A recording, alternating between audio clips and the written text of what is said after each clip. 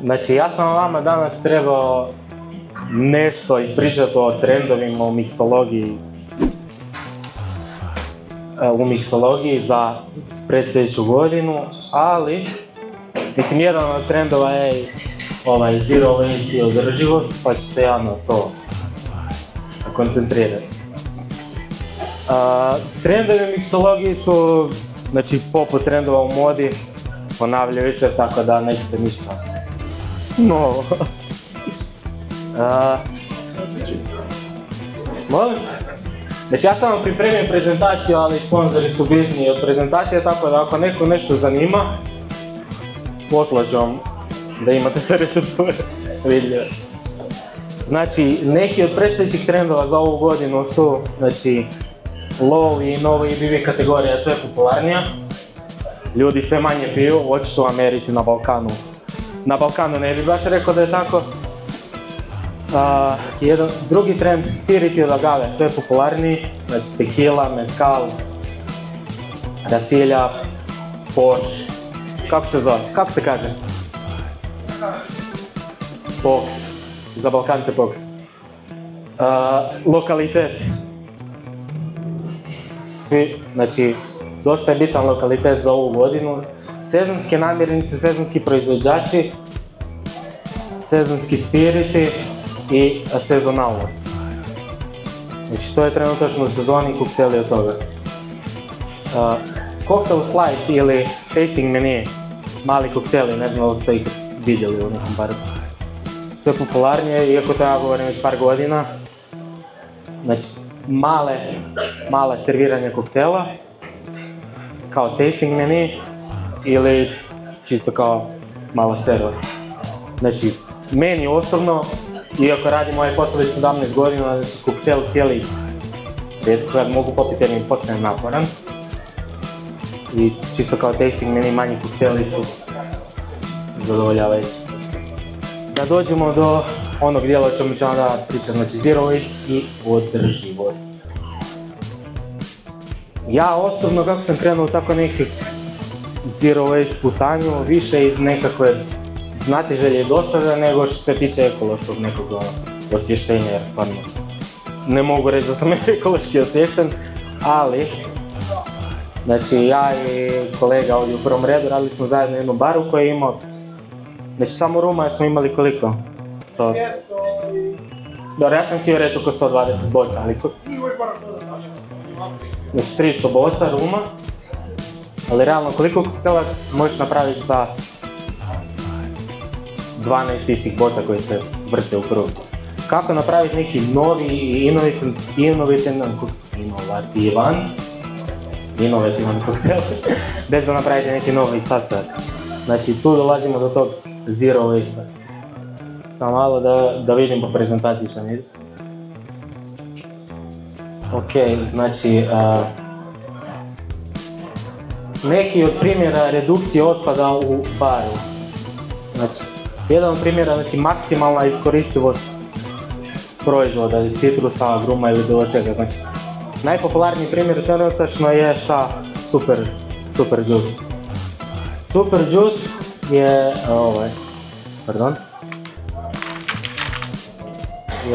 jedan od najpopularnijih primjera, ali jedan koji ja volim koristiti je šerbet. Niko od vas ikako radi nekakav šerbet od ičega. Znate li uopće šta je šerbet? Može neko odgovoriti slobodno. Ne znaš? Ok. Znači šerbet vam je u principu sirup koji se radi od soka, citrusa i od oleosahroma koji se izvuče iz citrusa. Oleosahrom, znate, upoznati s sirup. Da, znači sirup iz kore, uguli se kora citrusa, pusti se u šećeru i onda ta ulja iz kore rastope šećer i napravi sirup. Šerbet vam radi na istom principu. Ja imam i jedan primjer sam vam donio, ostalo je nešto. Znači ovo je šerbet od grejpa i crvenog grejpa i džumbira. Tu vam je sad treba biti recept. Možete pogledati, naravno. Samo da ga nađem. Znači ide vam jedna kora crvenog grejpa, 150 grama šećera, 20 grama uguljenog džumbira i to mi se onda madla sa madlinom, naravno, dok se ta ulja ne otpuste. Ja ga inače pustim 2 dana u frižideru, onda se iscijedi 150 grama soka od grejpa, onda se to pomiješa i dobijete jedan sirup koji, a mislim, dosta je kompleksniji nego samo sirup od grejpa, recimo. Čaše, highball čaše, molim. 3 highball čaše, naravno. Sad ćemo ga iskoristiti čisto da probamo. Koji je?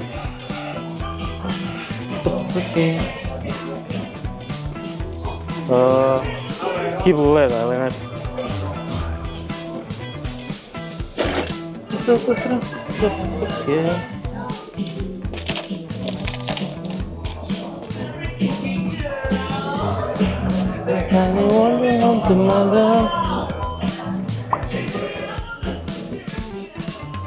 Tonik.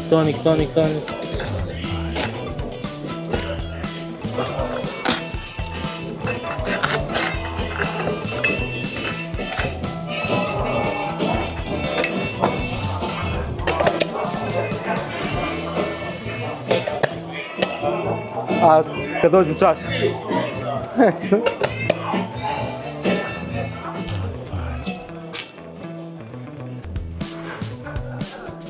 Ne znam, očito u baru nema čaša.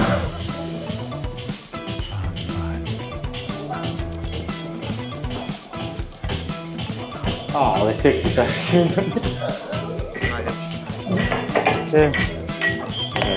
Što se ne uzimam. Najbolje da se ne vidi.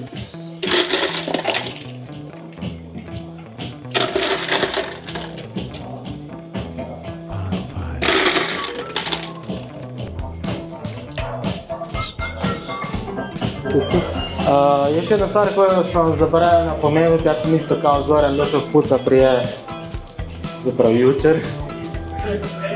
Sastojke sam priredio, koktele, iskreno nisam baš razmišljao o koktelima, ali mislim da će biti u redu. Ima ovdje što? Tekila. Tekila ima. Bar me ne koristi tekila. Nada se.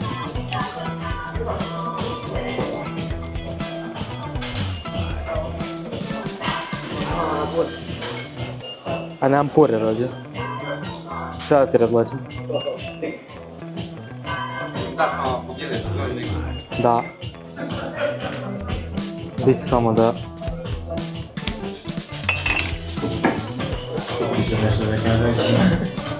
Ovo je rif na palomu, imaš. Rif na palomu. Sad sam odlučio da... Da, ti si prošao kompletno sve sastojke, šta su unutra i to? Ne, nisam. Znači, radimo koktel sa ovim šerbetom od grejpa. I sa grejpom šta ćemo napraviti? Palomu. Palomu. A šerbet si radio kako? Tako što sam rekao prije 2 minute, znači grejp sam ogulio, pomiješao sa šećerom dok nije ispustio ulja. Da. I onda iscijedio sok od grejpa, pomiješao to sa ukupnom količinom. To je sve trebalo ovdje pisati da si sad gledate, da možete slikat, da imate recept. A možemo mi kasnije poslati to? Naravno da možemo. Marina ima uvijek sva sreća, uvijek je za jednu uspješnu organizaciju i uvijek neka uspješna žena koja je iza. Pa će Marina onda svima vama poslati na mail, poruku, Viber, Tinder. Šta koristite, šta ste prijavili, na to ćete i dobiti. Kako si je Miki sve pripremio lijepo ovdje.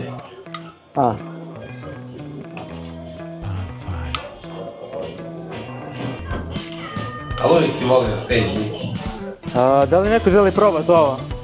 Samo gurni to dole i nek probati. Da. Gdje je ovaj ODK? Limeta ODK? ODK limeta. Tamo iza vidim.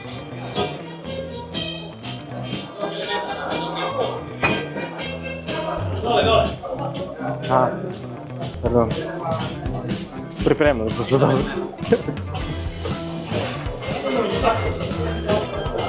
Karo!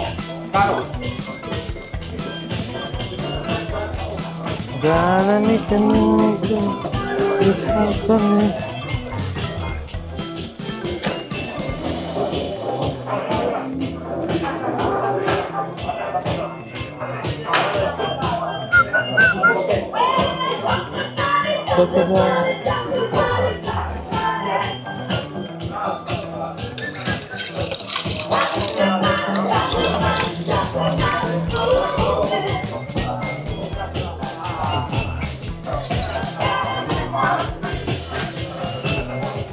Nemam šta staviti.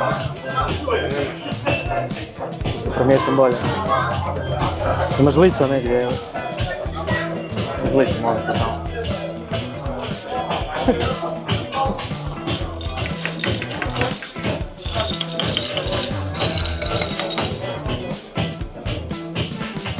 Ako neko želi probati palonicu.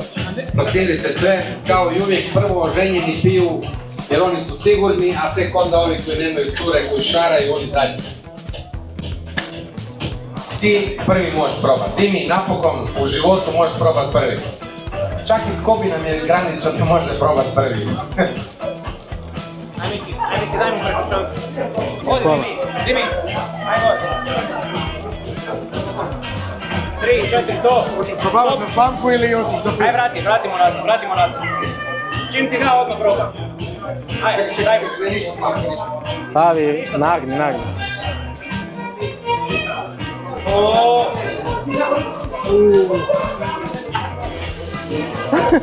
Popit. Volimo taj zero waste. Zero waste, da. Da li smo Miki možda mogli od pulpe koja je ostala nakon cijeđenja kao i zadnji put možda dehidrirati, koristiti za dekoraciju? Mogli smo da imamo dehidrator. Ok. Znači to bi bio neki zadnji korak zero waste-a. Ne, možete napraviti kreker naravno. Da, nekakav kreker od pulpe se uvijek može napraviti, ali ja ne posjedujem dehidrator, nažalost. Može se to promijeniti poslije dana. Može. Jednu stvar koju sam ja radio dosta često i koju bi vam volio spomenuti, ne znam li će vam biti zanimljivo. Ja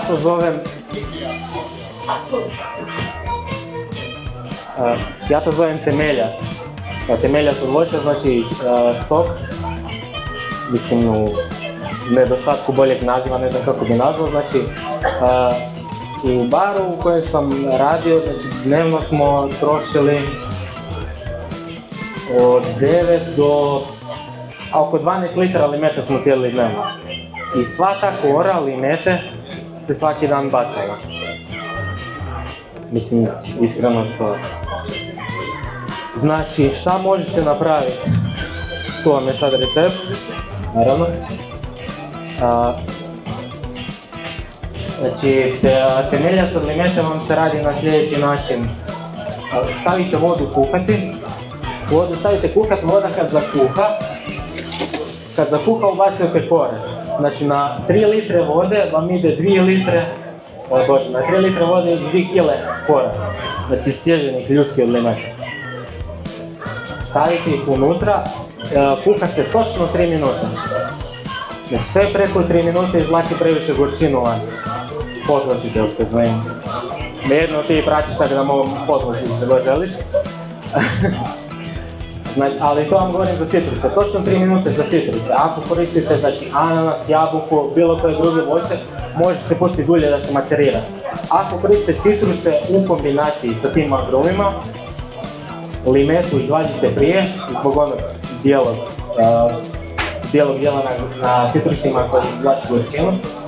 To izvadite van, a ovo ostalo možete pustiti unutra. Ja sam tu osobno radio, znači unutra je crveni grejp, limun, ananas i jabuka. Zato što je moj sin htio staviti jabuku unutra, ali inače ja ne bi stavio. Znači, kora od ananasa, kora od grejpa, kora od limuna, blanširana.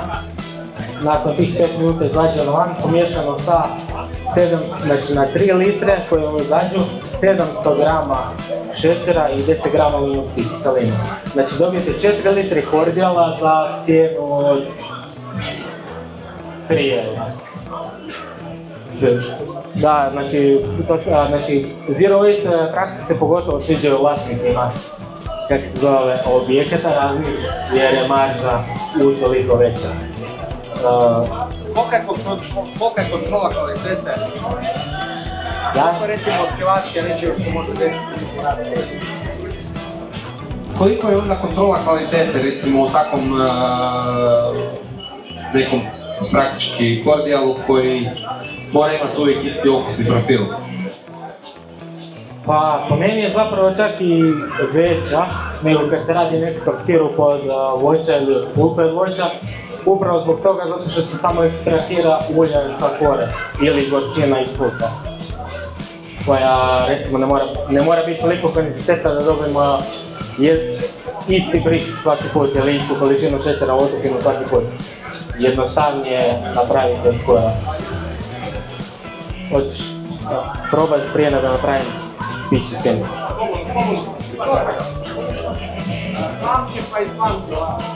Znači 3 litre vode, kora od ananasa, kora od crvenog grepa, kora od limuna, 700 grama šećera i 10 grama limunskih kiselina.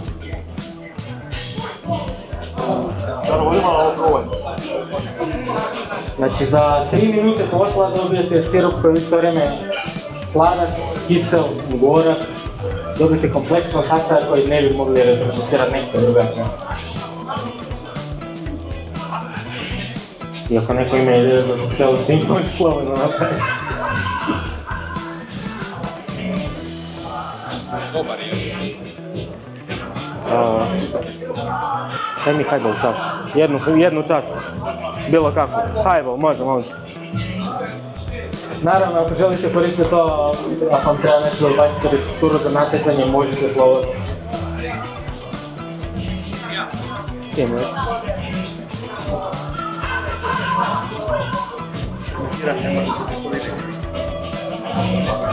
Ovisi koliko, znači dobro pitanje, može fermentirati, mislim, nema toliko razinu šećera da bi fermentiralo, ali ovisi koliko stoji, naravno da može. Može, ali neće. Aj probaj, Antonio. Ovdje nema džumbira. Nema? Ne, ovdje je samo znači koren ananasa, crveni grep, limun, mrvica hibiskusa i voda limunskih kiselina. I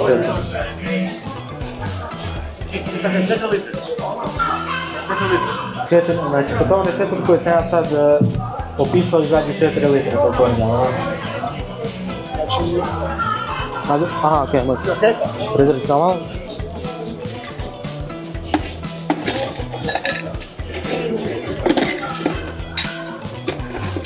Šta?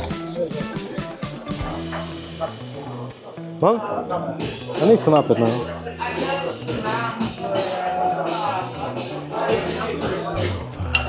Miki, da li pratiš sezonalnost plodova ili gledaš šta je na akciji u trgovačkim centrima? Kako to funkcionira za takve stvari? Pa budući da mi je zadnji radni dan bio 27.9. gledam šta na akciji. Akcija, a? Da. Dobro, kod tvojih recimo pratimo te na tvojim socijalnim mrežama i ti konstantno radiš neke te kreativne varijacije, zato jesi danas tu. Što je to primjenjivo i da li je nešto što se takve stvari po meni organoleptički može pratiti prema sezonalnosti, tipa da li gledaš da zimi koristiš cimet, klinčiće, vaniliju, a preko ljeta možda, ne znam, tropsko voće i segment, možda banane, ananasa. A dobro, mislim, što se tiče takve sezonalnosti, to uvijek igra uloga. Nećeš sad baš usred ljeta koristiti, ne znam, muškat, narančić i Don Cook, ali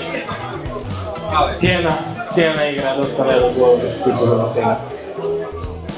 Zato se vraćamo na ovo, znači, ja sam imao jedan koktel na karti, znači bio je onaj temeljac od limeta što sam vam prije opisao. Unutra je išla znači tekila infuzirana sa katarnim limetom, limeta, agava i mineralna. Znači trošak je samo El Jimador tekila koji je zanemariv trošak i taj koktel je išao za 11 eura. To je najbitniji faktor što se tiče tog sad zero waste. Jer ja osobno u cijeli taj koncept zero waste-a, mislim, vidim da ne vjerujem, ali nikad nije zero waste. Zero waste je jedno ako se uspije kompostirati ili ako se, ne znam, imaš kokoš. Ali zero waste ne postoji nikad. Znači ovdje je sad taj temeljac od voća, na to. Ne.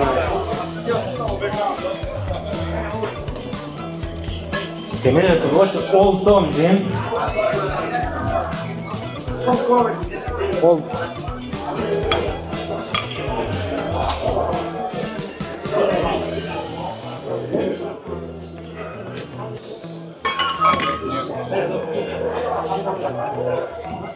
Limeta najbolja na tržištu.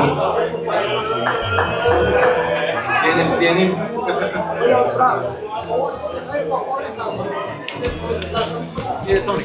Ide. Čekaj da ga nađem. Otvori ga tu.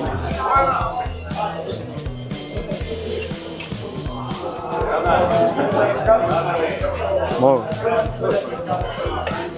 Čekaj, daj otvarač ako ćeš snimat. Daj etiketu. Nema veze.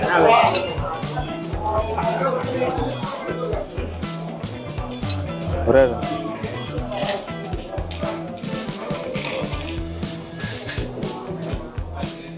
Samo malo. Moram ja probati jer nisam ja ove koktele nikad probao. Ok. Svaka dobiva.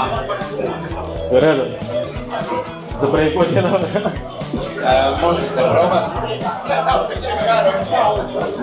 Ne, ovi najmlađi uvijek koji. Znači cijeli ovaj dio sad zero waste kad sam ja krenuo prezentirati i pričat se svodi na upravo ovaj dio. Glavni dio moje nekako izlaganja prezentacije je znači koliko Ekipa. To je glasnoća koju bi volio čuti. Da, sorry. Znači, na početku imamo 36 grama hibiskusa. I sad cijela moja ideja ove današnje prezentacije je bila koliko mi puta možemo tih 36 grama iskoristiti, to je za koliko sastojaka. To je dio ovog biokordijala. Ne. Nego? Ovaj kardel je tipa, pokazao sam samo kako možete iskoristiti otpad koji svakodnevno imate u baru. Ok, ako koristite ovako dobru limetu, onda nemate otpada, ali ovi barovi koji i dalje cijede svoje svježe voće, oni imaju pa oni znaju. Uglavnom, počinjemo kako bi ja nazvao vodu u hibiskusu. Znači 36 grama hibiskusa uzmemo. 36 grama hibiskusa, litra i pol vode. Vago je to. Znači, 36 grama hibiskusa, litra i pol vode. Zakuhamo vodu, stavimo da se infuzira. Od toga napravimo 1:1 hibiskus sirup. To ćemo malo kasnije probati neki u koktejl. Ali znači tih 36 grama cikliramo kroz svaki ovaj sastojak koji ćemo vam sada prezentirati. Znači, nakon što smo napravili sirup. Sirup se radi na način da znači, tih 36 grama se prelije sa litru i pol vode, pusti se 2 do 5 minuta, doda se šećer, strena i onda taj hibiskus koristimo dalje za ostale sastojke.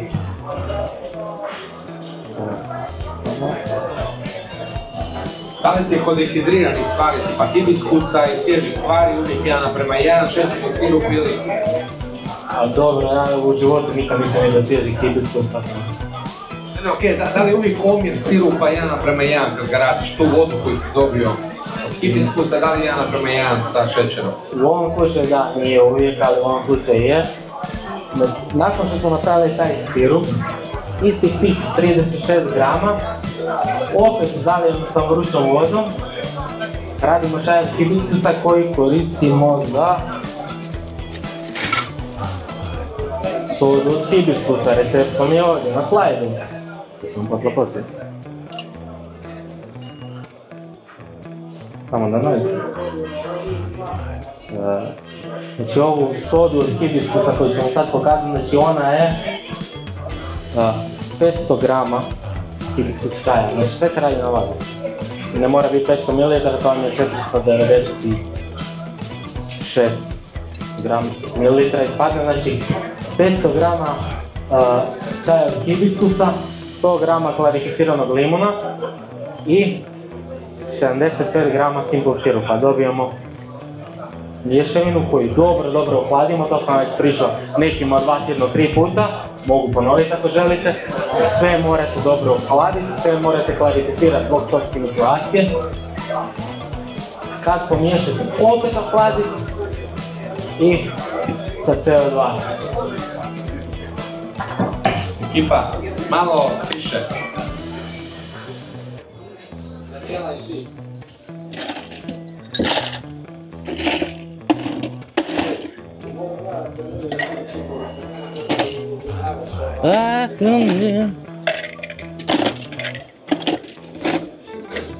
Ovo sve što Miki priča, to je ono što nam je bitno u stvari naglasiti, da praktički ispred kuće imate sastojaka jako puno koje možete koristiti, prodati autentičnost lokacije, nekako vašu signature priču. Na Rabu sam, ne znam, pio jako puno stvari davno prije još od limunovog lista, tako da od tog cijelog limuna što iskoristimo, što je svima poznato, jedna od aromatičnijih stvari što možemo prodati svakom turistu je i sirup od limunovog lista koji je dosta aromatičan. Dovoljno je stvari opet koje kupujemo i koristimo svakodnevno, a ne možemo si dopustiti da ih kupujemo jer su skupe jako često, pa evo kao Miki, 36 grama hibiskusa provukao čovjek toliko puta da je džaba ispod. Skoro, da.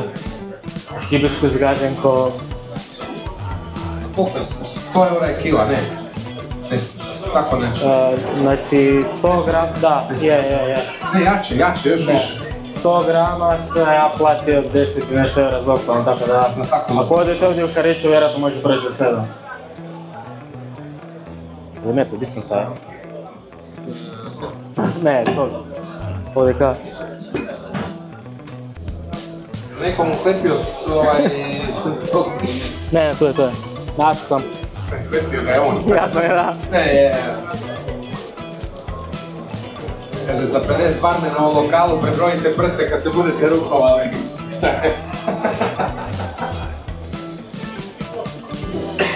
Niko nije primijetio da sam na to stavio u limenku. Samo meni je to fora, očito. Pa potrudio sam se doslovno. Treba ohladiti limenku, staviti unutra, zatvoriti. A cijeli uređaj košta 100 eura za tako jednokratne varijante. Skoro.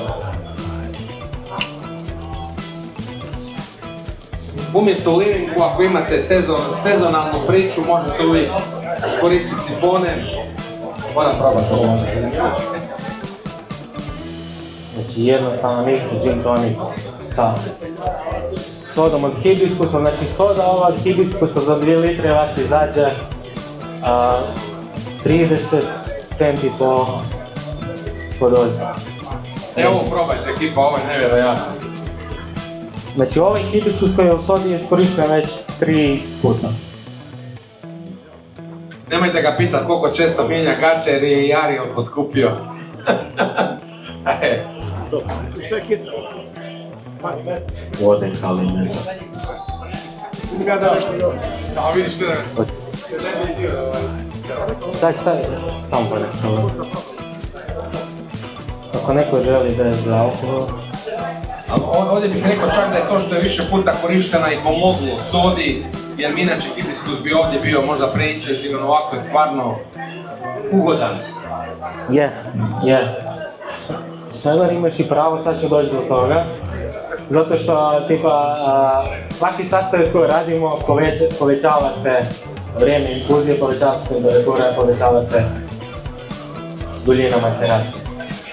Jer je taj hibiskus isto jadan na izdas. Izdisaju, hvala. I stvarno treba što duže se infuzira da se dobije ta boja i taj okus iz njega. Ali mi nije jasno, u prvom dijelu si rekao da koristiš toplu vodu za infuziju, što nije topla voda uzela svu boju, a vidim da ovdje boje ima jako puno. Ne. Ne. Da, ali zato što iskoristio sam 1,5 litru vode na onih 36 grama hibiskusa. Od toga sam litru iskoristio samo za sirup, ovo ostalo sam koristio za sodu. Ali svejedno, taj hibiskus onda koji smo strenali koristimo dalje za, na primjer, za tinkturu od hibiskusa. Znači onaj iskorišteni hibiskus možete poslije iskoristiti za tinkturu od hibiskusa. Recept, ovdje vam je sad glavni recept za tinkture, tu piše. A ti ćeš ga pročitati? Naravno. Znači ja inače kako vam radim tinkture, znači na 100 ml alkapala, znači alkohola preko 50%, koristite 12 grama krute tvari. Znači na litru 120 grama. 120 grama hibiskusa na litru alkohola. To je ako je monosortna tinktura, a koristiš šareno, onda ideš više? Onda je to bitter, onda nije tinktura. Ok, ali znači ako koristiš nešto, sada ćeš taj hibiskus recimo dodat malo vanilije. Dobro, ne, okej. Držiš se uglavnom tog Uglavnom, postotka u litra. da, za krute sastojke. Ako se radi, na primjer, sa limetom, sa mentom, sa nekim svježim biljem, sa svježim voćem, onda se treba ta razina podignuti. Ovo vam vrijedi za suho. I za šta možete koristiti sad tu tinkturu od limeta? Znači možete koristiti kao kreolske bitere za završetak na piću, možete koristiti za doslovno kao bitere, ako želite dodati još okusa, ali meni inače najzanimljiva upotreba je, imate sad tinkturu, iskoristite 6 ml ove tinkture na 180 ml običnog simple sirupa i dobijete infuzirani simple sirup. Da, zaboravio sam reći koji je alkohol unutra. Ja sam koristio, jer sam to imao kući, unutra je rakija od marelice, kubanski rum, koji nećemo imenovati, i 150 ml brlje. Ali doslovno je brlje, neka rakiještina obična. Nisi imao goste dugo pa trošiš na ovo, ili? Ja nisam imao prihoda dugo pa trošim što imam kući.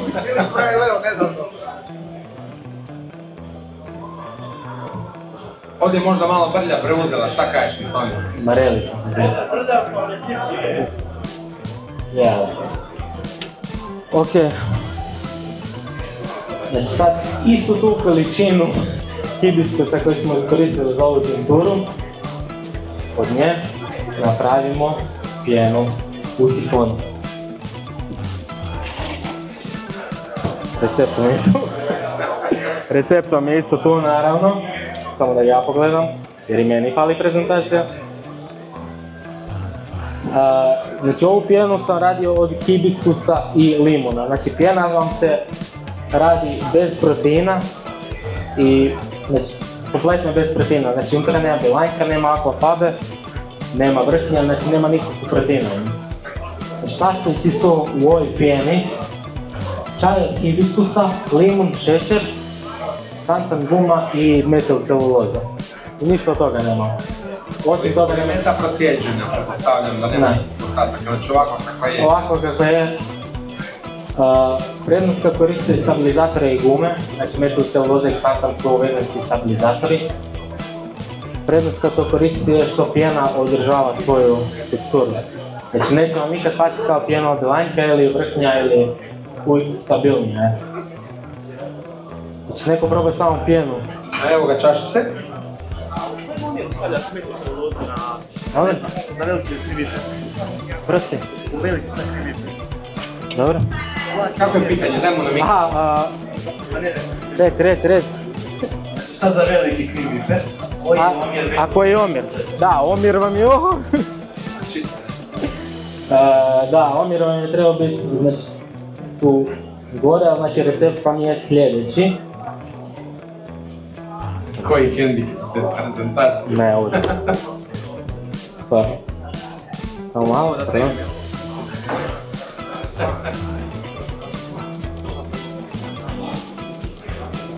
Znači pjena od limuna i hibiskusa.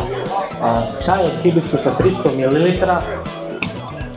limun 200 ml, šećer 80, zantan guma 0,5 i metilceluloza 1,8 grama na tih pol litre. Znači na litru bi ti išlo 3,6 metilceluloze i otprilike 1 gram zantana.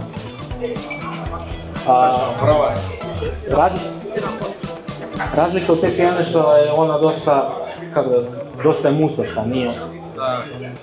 Dosta je prozračna, dosta je kao mus, nije gusta kao pjena od belanke.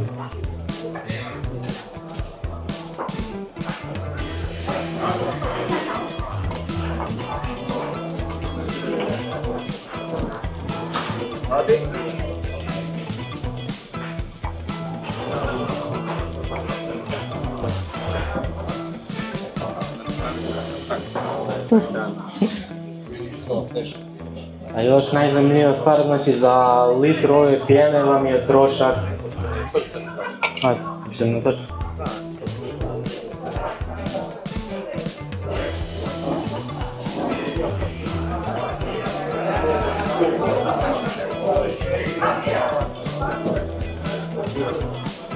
Litru ova pjene vas izađe manje od 7 centi po serviranju.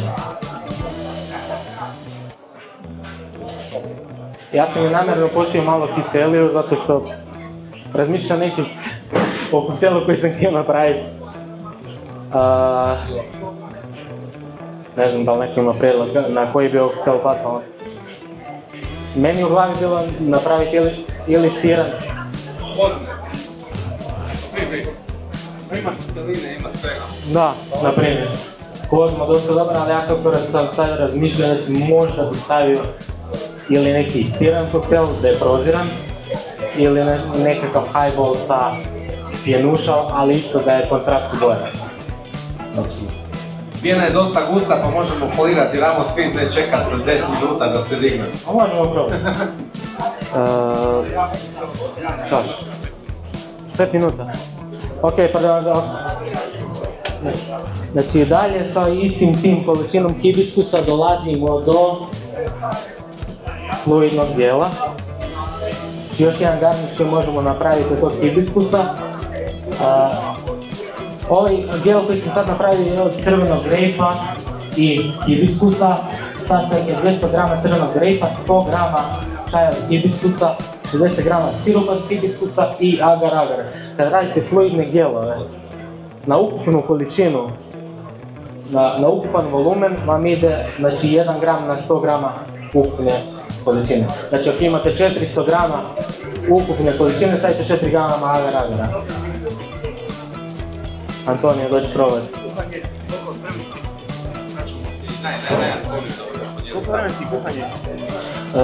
Da, znači pomiješate sve sastojke, odvojite 10%. Odvojite 10%, tih 10% grijete sa agar-agarom, prokuhate dok se on ne krene stiskat.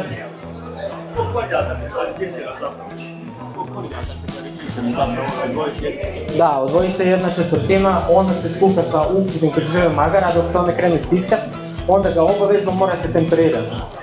Znači ne ulit odmah sve, nego u taj zagrijeni dio lagano dodaje se hladni dio, stavi se u zamrzivač da se to sve stisne, onda se zblenda. I to je to. Kad smo već kod redukcije otpada, napravio sam još jedan. Znači u barovima se često dešava da nam ostanu otvorene boce vina, od kojih jedino ideju imamo šta napraviti sirup. Znači crnog vina, od proseka, od ne znam ja čega. Inače radimo ocat, ali dobro. Ako ga pustiš dovoljno dugo može. Mislim što isto sirup nemam ništa protiv, nije ništa loše, znači uvijek možemo napraviti nekakav New York salad sa pijenom od crnog vina, ali ja sam ovdje iskoristio prosecco. Znači ovaj sad gel je napravljen od kruške, ishvatljenog proseka, rozog papra i mrvicu šećera. Znači kruške ogulimo, narežemo, stavimo kuhati sa prosekom, kad one omekšaju, zblendamo sve skupa, dodamo agar-agar, pustimo da se stvrdne, opet sve zblendamo i dobijemo ovakav gel. S tim uzmite u obzir da ovdje stvarno minimalno šećera, znači na cijelu ovu količinu ima 20 grama.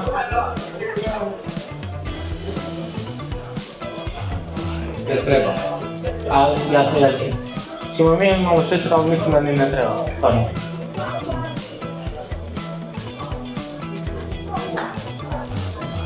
Ok. 2 minute, a? Kako je Miki dobio ovaj timetable, sad vadi sve u šutu. Da. Sad će mi brzo predavati. Ok, znači sad taj isti hibiskus možete iskoristiti za sljedeće. Znači možete napraviti ili biskvit u sifonu, znači običan sifon za pjenu možemo napraviti biskvit pa da izgleda kao nekakva makovina, ali to vam je recept sljedeći. Znači 150 grama jaja, brašno, šećer, maslo se topljeni i čaj od hibiskusa. Ako taj biskvit, znači taj biskvit vam se radi u sifonu sa 2 bombice dušika, ispeče se, onda taj biskvit možete na trga staviti u dehidrator, da dođe kao kamen. S tim da onda kad ga dehidrirate može trajati mjesecima duže.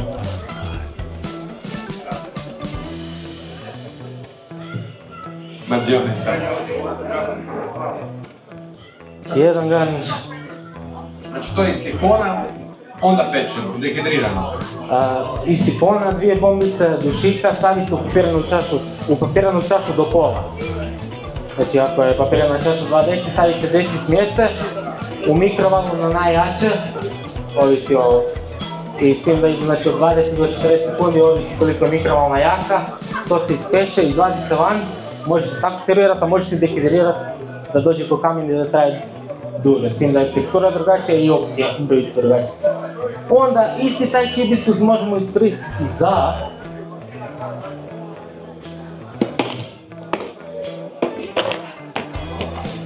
Ja ne znam za vas, ali da kupi kilu hibiskusa. Evo je 6 mjeseca. Isto tog hibiskusa onda možete napraviti još jedan garniš, možete napraviti ovakvu jednu lizačku. Ovaj hibiskus je ovaj primjer kako ne raditi. Ovo je primjer kako bi trebalo napraviti. Bomba. Lizalice meni iskreno zanimljive, ali dosta je pitko za napraviti. Recept ću vam poslati. Ako ste ikad radili tako tvrdi slatkiše, znate da se treba zagrijati do 149 stupnjeva. Sve ispod toga je gumasto, preko 149 je hard candy. Traje 45 minuta, pipkalo je, zajebano je, ali ako hoćete probati, da ga bolje probati. Drugi jednostavniji način da napravite sličan efekt da dobijete je da jednostavno izomalt otopite. Znači on vam se stavi u pečenicu na 150 stupnjeva, dobijete sličnu teksturu kao lizaljku, možete napraviti lizalicu od njega, ali je jednostavnije i brže za napraviti. Ali sa lizalicom su gosti došli u kafani. To je dosta želja i dosta želja ćemo napraviti. Dajte meni da to probam. To sam pojel.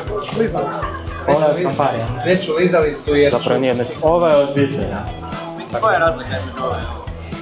Razlika je da je ova, kao s ovom sam zadovoljan, ova mi je zagorila jer sam radio 3 stvari odjednom i osjeti se dosta karamela. To je kamparija. Znači izomalt stavite na silikonsku podlogu, boja za kolače, potopite i izvadite van i to je to. Ti ponovi šta je to prvo izo? A izomalt vam je vrsta šećera. Vrsta šećera koji se ne kristalizira kad se otopi. Možeš reći ne karamelizira. Ne, pravda. Ne kristalizira se zato što ne dođe onakva zrnca kad se utopi. Običan šećer kad se utopi, pa se opet stisne, dođe dosta zrnasta tekstura. Dobro. Kod ovog to nema, nego dođe... Probao sam već. Ok. Ja tamo cijelo vrijeme te klepam. Onda, kad smo cijeli taj hibiskus istlačili, iscijedimo ga, stavimo ga u dehidrator, onda na kraju svega ga možemo dehidrirati, samljeti u prah koji sad imamo ovdje i isti taj garniš poslati na primjer sa hibiskusom ili taj hibiskus poslati po čaši. Boja je više tamno ljubičasta nego crvena, ali upravo zbog toga, zato što on Šta imaš unutra sve? Malo šećernog praha. Kiselina? Ne. A je? Ne. Hibiskus je to. To je hibiskus. Hibiskus zato što je prošao kroz sirup, kroz kordial, kroz pijenu, kroz alkohol, kroz sve dođe tako malo kiselo. Dobro, teoretski ovdje od cijele opreme što smo shvatili treba nam sifon, dehidrator ili dobra mikrovalna i puno volje. No, u principu samo pećnica je to, da. Samo pećnica, osim toga ništa. Pećnica na ventilator, vam je dovoljno za sve ovo. Evo ja nakon 20 godina sam nešto naučio. Sada ćemo se Mikiju zahvaliti. Ima kakvih pitanja?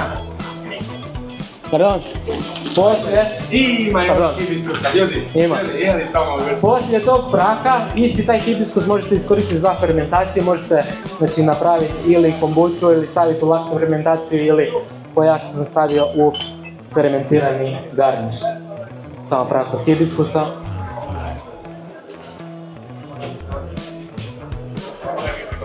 Šta je to? Papolita. Zelena jabuka. Fermentirana zelena jabuka sa hibiskusom. Evo morate probati. Uglavnom, ovo je zadnji korak i poslije toga... Čak ni ti više nemaš koraka. A imam još 2-3, ali... Nismo probali kod tebe, ali probat ćemo. Ja sam još probao, ne, ali... Nisi probao crveno? Ti mi možeš pojesti staviti, tako? Nemaš vjerovati. To bi valjalo napomenuti, to je zdravo za... Niko nije. Samo ovu ruku.